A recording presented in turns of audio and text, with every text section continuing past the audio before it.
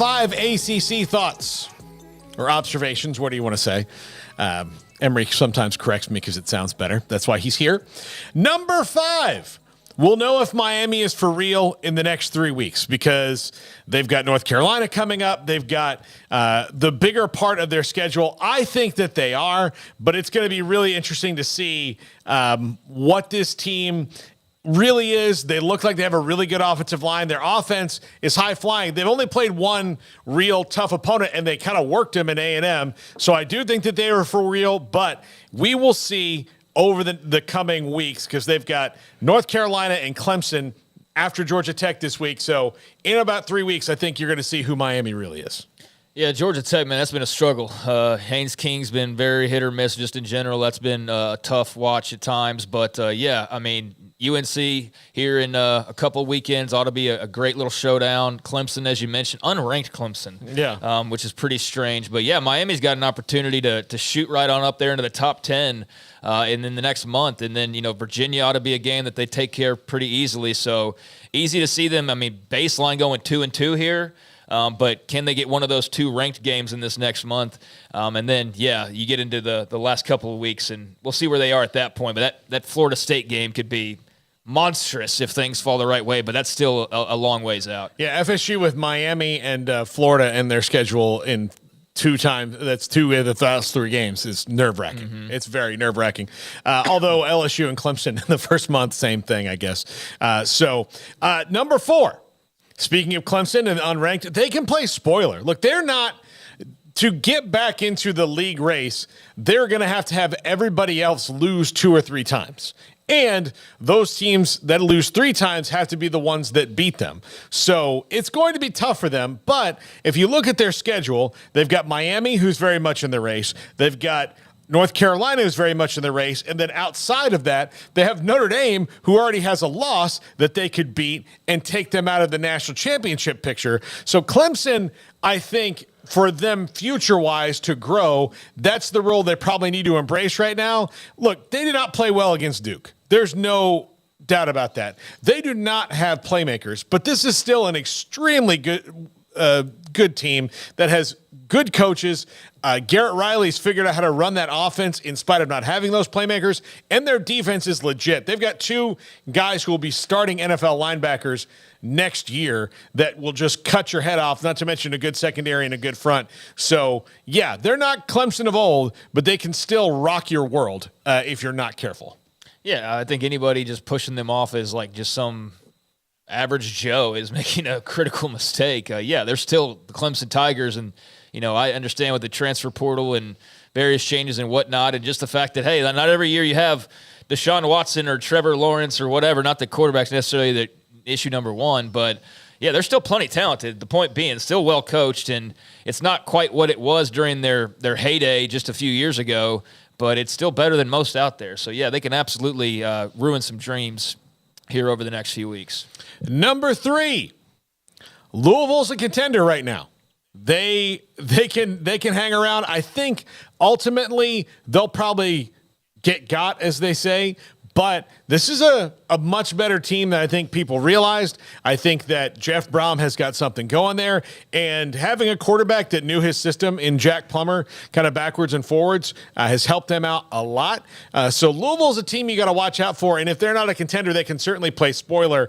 I just hope for their sake they're not what Syracuse was last year, where you start like a house on fire and then you start playing the meat and potatoes of your schedule and get rolled. Yeah, they just haven't played anybody yet. Yeah. I mean, they played Georgia Tech and won by 5. They destroyed Murray State. They won by a touchdown against Indiana, beat up Boston College, and then edged out NC State on the road. It's a good win. But Notre Dame this weekend, we'll see, what's what, I think, pretty quickly with the Irish. And so, yeah, if they go toe-to-toe with them, then that'll be, on national television in front of, the entire country, and we'll see on Saturday night, how they stack up. But, yeah, so far they've, I think, fed on – some inferior competition, but not to take away from what they've done, especially with the coaching change and all of that. Good for them. But not only Notre Dame coming up, but Duke a couple of weeks after that. So Louisville's about to get tested in a major way, and how they come out on the other side of that, we might be talking a heck of a lot more about them, and especially if they are for real and they get through that or split that or whatever, they've got more at the end of the schedule. Yes. So there's a lot of big games for them potentially coming up. Top 10 game with Notre Dame, as you mentioned. Duke, of course, has had a nice run. Miami, wherever they might be by the time they play the next to the last game. And then Kentucky in the rivalry game, who right now is very good. So, yeah, that's a nice little opportunity for Louisville to stay right on top of the conversation or kind of lose ground. Number 2. How will Duke fare without Riley Leonard? And I would think that they're going to be without him for at least one game. Now, they have a bye this week, which worked out well for them. And then they play NC State the week after, and that team is changing quarterbacks and kind of trying to figure out who they are right now. And that's one of those transfer portal misses that they got in Brennan Armstrong, the former UVA quarterback who had a good year a couple years ago.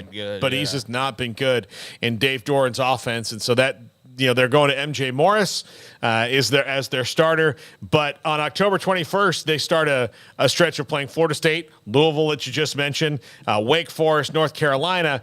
And if his ankle is hurt as badly as it looked, and they're saying, look, it's week to week, which is what you say, but it's a high ankle sprain. If they don't have him for those key games, then they could find themselves out of the race. But we'll see how they do, because their offense is not prolific. Their defense is really prolific and really good and really tough. But if they don't have Riley Leonard, who's the engine that makes the offense go, it might put them behind the 8 ball, which is really unfortunate, because Riley Leonard's been really good for them. He's an excellent quarterback and can win games for you, but not having him there is going to be tough. That was terrible to see the other night. I mean, that was just the very really, end of the game. Yeah, just really awful in a game that tight, and just an ugly injury. The way it looked at first, I'm just glad it's not worse. I mean, because certainly that could have been the worst type of injury that you could have gotten. So the fact that there's even like this air of could he come back, I think is awesome news and the best you could have hoped for given the feeling on Saturday night. So, yeah, I mean, that's a big blow for them, but they still will have a great defense. They're still going to be super well coached, and I think that they'll be fine in the long run, but it certainly takes a lot of the air out of the sails that you won't have your guy at quarterback. Yeah, and look, he's not only obviously he's the leading passer, he's the quarterback, he's also their leading rusher. So, he is their offense right now. So they're going to have to find something else while he's on the mend. But the fact that that's not a season-ending injury, which it certainly looked like it could have been when it happened, is really good news for Duke. But high ankle sprains they're tricky little injuries. That sometimes, you think about that. That's because you just never know when you're going to get over it. And I'm going to go back to this. Sam Hartman waited for him outside the tunnel when Leonard was coming out of the tunnel after the injury, I think after the game. And I wanted to throw this out again. Craig and I discussed this yesterday. Have you seen the 5-minute video clip behind the scenes with the coordinators also on the headsets of their comeback You're win? the second person today who's asked me if I have, and I'm definitely going to watch it. I don't give recommendations a lot, but you need to watch it. It is very intense. It's not I can't speak to every college's video departments and all of that, but it's about as good as I've ever seen. I mean, in terms of just the cameras and all of that, but the way that and I'm sure there's more official business terms for it, but the way that they have the coaches' headsets like ingrained in the flow of the video and all of that, and you just feel the big moments and the calls as they're happening, and the way that they just do it very seamlessly, it's a really cool video and really great insight into what all was going down in crunch time.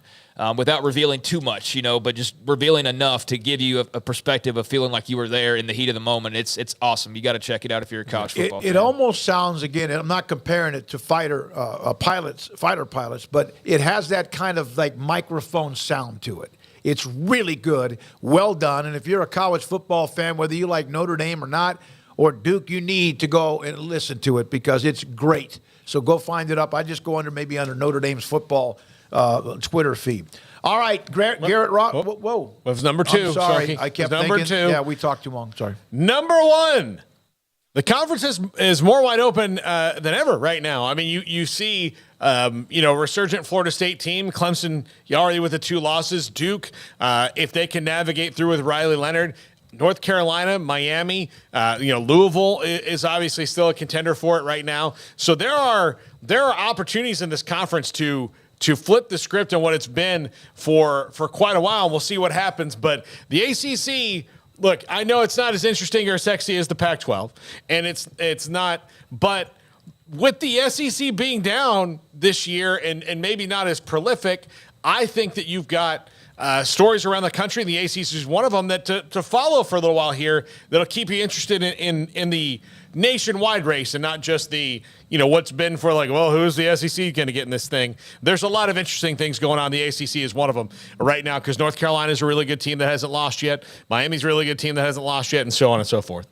I mean, this is the case around the entire country, is it not? I mean, as far as the Power Five goes? Yeah.